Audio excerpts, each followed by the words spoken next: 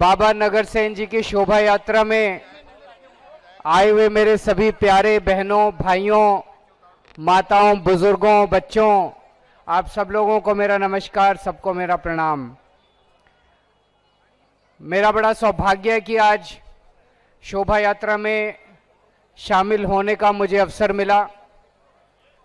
जैसा कि आप सब लोग जानते हैं, बाबा नगर सेन जी की प्रमुख स्थली मध्य प्रदेश में दीमनी है। वहाँ पे उनका 150 साल पुराना मंदिर है और वहाँ पे बाबा ने बहुत सामाजिक कार्य किए, धार्मिक कार्य किए और उन्होंने केवल दलित समाज नहीं, मुझे लगता है कि बाबा को सभी समाज के लोग बहुत पूजते हैं, सबके लिए बहुत सम्माननीय है। उन्होंने इंसान से समानता के ऊपर सबसे जोर दिया, सब समान है। और सबसे ज्यादा उन्होंने शिक्षा पे जोर दिया कि अपने बच्चों को पढ़ाओ, बच्चों को पढ़ाओगे तभी तरक्की होगी। और बाबा के बताए हुए रास्ते पे हम दिल्ली सरकार चलाने की कोशिश कर रहे हैं। जैसा आप जानते हो, सबसे ज्यादा काम हमने स्कूलों पे किया। सरकारी स्कूलों में ज्यादा गरीब लोग जाते हैं, दलित समाज के लोग जाते हैं, एससी समाज के लोग जाते हैं, जो बेचारे गरीब और वंचित हैं, जो प्राइवेट में अपने बच्चों को नहीं पढ़ा सकते थे। लेकिन हमने सरकारी स्कूलों को इतना शानदार बना दिया कि अब अमीर लोग भी अपने बच्चों को प्राइवेट से निकाल के सरकारी स्कूलों में भर्ती कराने लगे।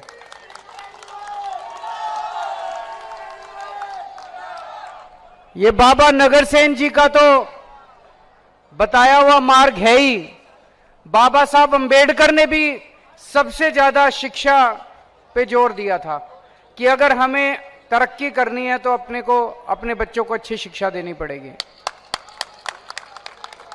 हमारे बच्चे आगे बढ़ के भी अच्छी अच्छी नौकरियां अर्जित करें, इसके लिए हमने एक जय भीम योजना बनाई है। उस योजना के तहत जैसे 12वीं क्लास कर ली, 12वीं क्लास के बाद आपको इंजीनियरिंग में, आपका बच्चा बड़ा होशियार है, इंटेलिजेंट है, आप उसको इंजीनियर बनाना चाहते हो, डॉक्टर बनाना चाहते हो, सीए बनाना चाहते हो, वकील बनाना चाहते हो, तो उसमें एंट्रेंस के पेपर देने पड़ते हैं, उसमें कोचिंग होती है। जैसे 12वीं के बाद मैंने इंजीनियरिंग करी, मैंने भी कोचिंग ली थी और कोचिंग बहुत महंगी है, 2.5 3 4 लाख रुपए लगते हैं। एक गरीब आदमी कहां से लाएगा? तो एक गरीब आदमी का बच्चा तो इंटेलिजेंट है, लेकिन पैसे की कमी की वजह से वो कोचिंग नहीं ले पाता और दूसरों से पिछड़ जाता है। तो हमारी सरकार ने स्कीम बनाई है कि दलित समाज के जो बच्चे कोचिंग लेना चाहते हैं, आप कोचिंग इंस्टीट्यूट में एडमिशन ले लो, आपका सारा खर्चा दिल्ली सरकार देगी। जिंदाबाद, जिंदाबाद। उसी तरह से ग्रेजुएशन कर ली, मान लो आपने ग्रेजुएशन करने के बाद आप रेलवे के पेपर देना चाहते हो, बैंकिंग के पेपर, आप आईएएस के पेपर देना चाहते हो, आईपीएस के पेपर देना चाहते हो, आप इस तरह से कोई भी कॉम्पिटिटिव पेपर देना चाहते हो, अच्छी नौकरी लेना चाहते हो, उसमें भी कोचिंग करनी पड़ती है। उसके भी 5-5 लाख रुपए, 6-6 लाख रुपए लगते हैं।